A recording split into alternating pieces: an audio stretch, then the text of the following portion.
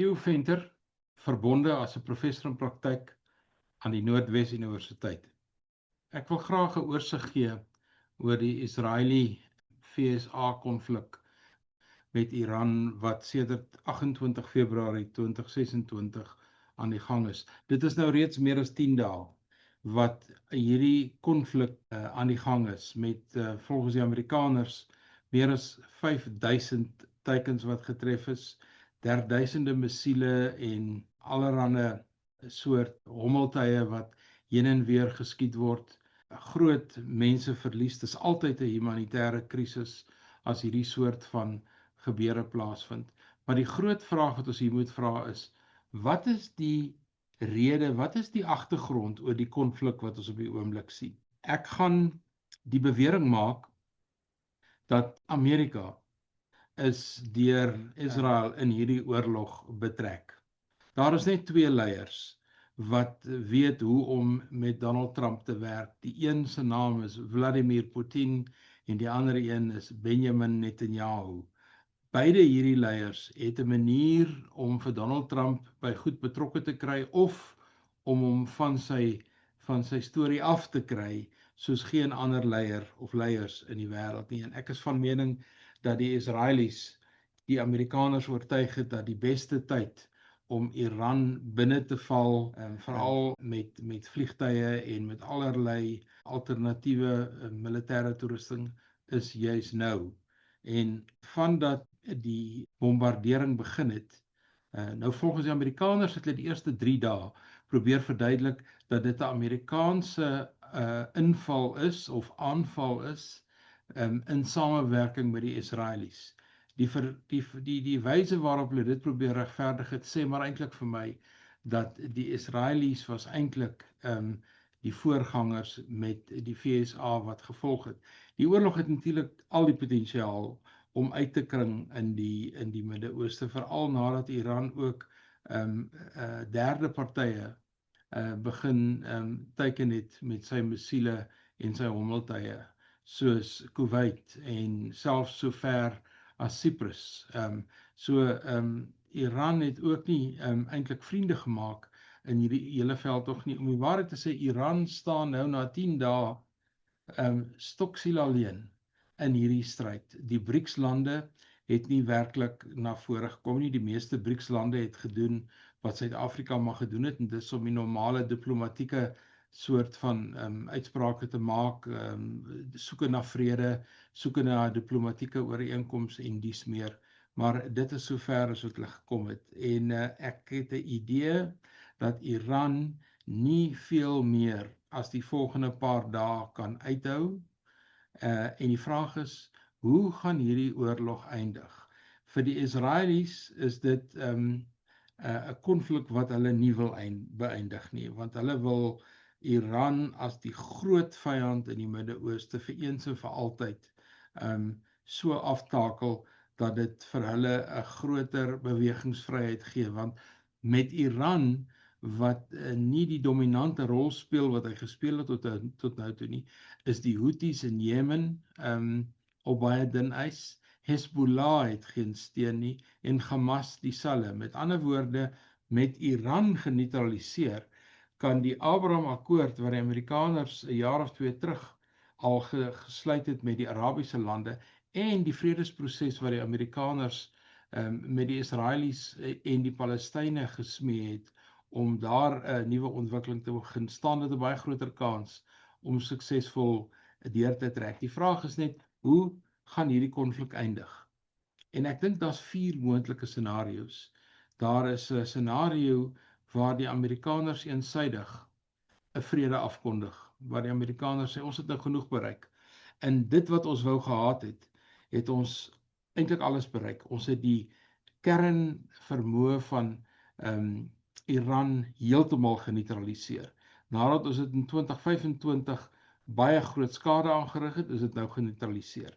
Ons het die vervaardiging van missiele en hommeltuie het ons geneutraliseer. Ons het die hele Iranse vloot gesink. Met ander woorde, die bedreiging wat dit inhou vir die straat van Hormuz, deur die lê van myne en dies meer, is nou geneutraliseer. En nou moet daar regimeverandering plaasvind. En die vraag is hoe? En dit gee aanleiding aan die tweede scenario, en dit is dat daar 'n interne soort regimeverandering plaasvind. Ons het ongelukkig 'n baie slegte geskiedenis waar die Amerikaners betrokke is met regeringsverandering, regimeverandering, en dit is dat dit op een of ander manier altyd uitloop in 'n burgeroorlog. So dit is 'n potensiële scenario in die Iran geval. Daar is 'n derde scenario wat ons moet oorweeg, en dit is dat hierdie oorlog nie ophou nie, maar dat dit op 'n laer vlak met minder intensiteit aanhou. Met ander woorde, dit word nou 'n aaneenlopende onsekerheid met nog 'n groter impak op die wêreldekonomie, op globale oliehandel, op globale scheepvaart, en dit maak die See van Hormuz nie alleen feitelik onmoontlik om olie uit te voer nie, maar ook onmoontlik om invoere deur hierdie dun seestraat toe te laat, wat natuurlik op beide gevalle impakte het op Suid-Afrika. En dan natuurlik is daar 'n laaste scenario, en dit is dat die Iranese regering basies aangaan soos wat hy nou aangaan, gedegradeer, maar met 'n groeiende haat vir die Amerikaners en die Jode, sodat met al hierdie konflik wat ons gehad het en die geweldige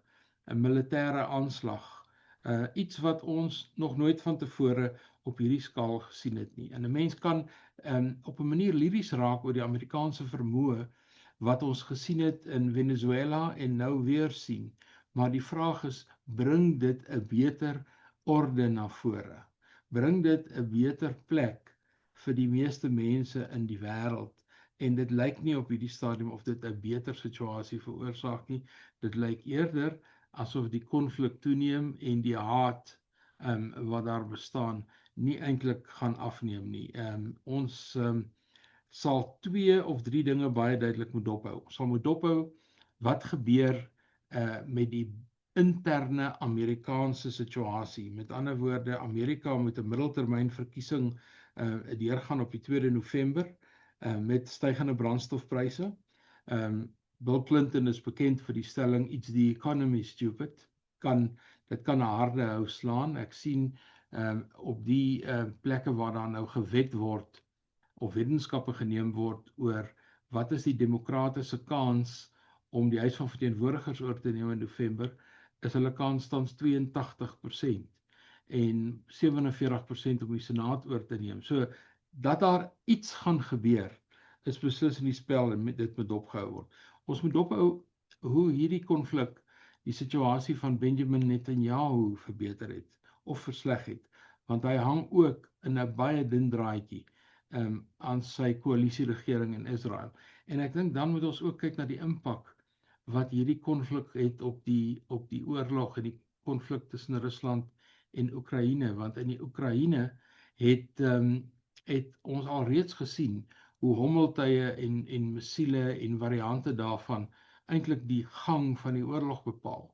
En tans maak veral westerse lande baie staat op die insette in die Oekraïne en kan Rusland nie die steun gee wat hy moet gee soos hy van tevore gedoen het aan Iran nie. En dit sluit ook presies vir China in.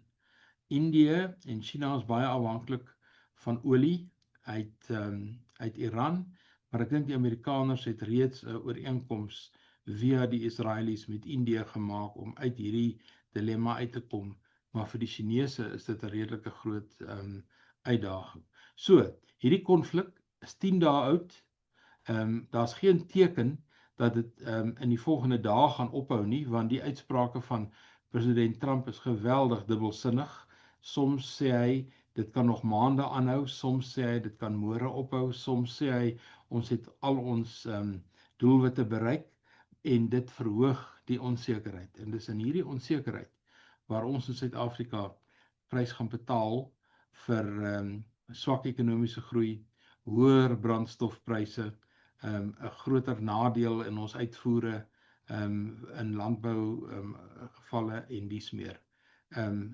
Indien daar verdere ontwikkelinge is, sal ek nog 'n bydrae lewer hieroor. Theo Venter.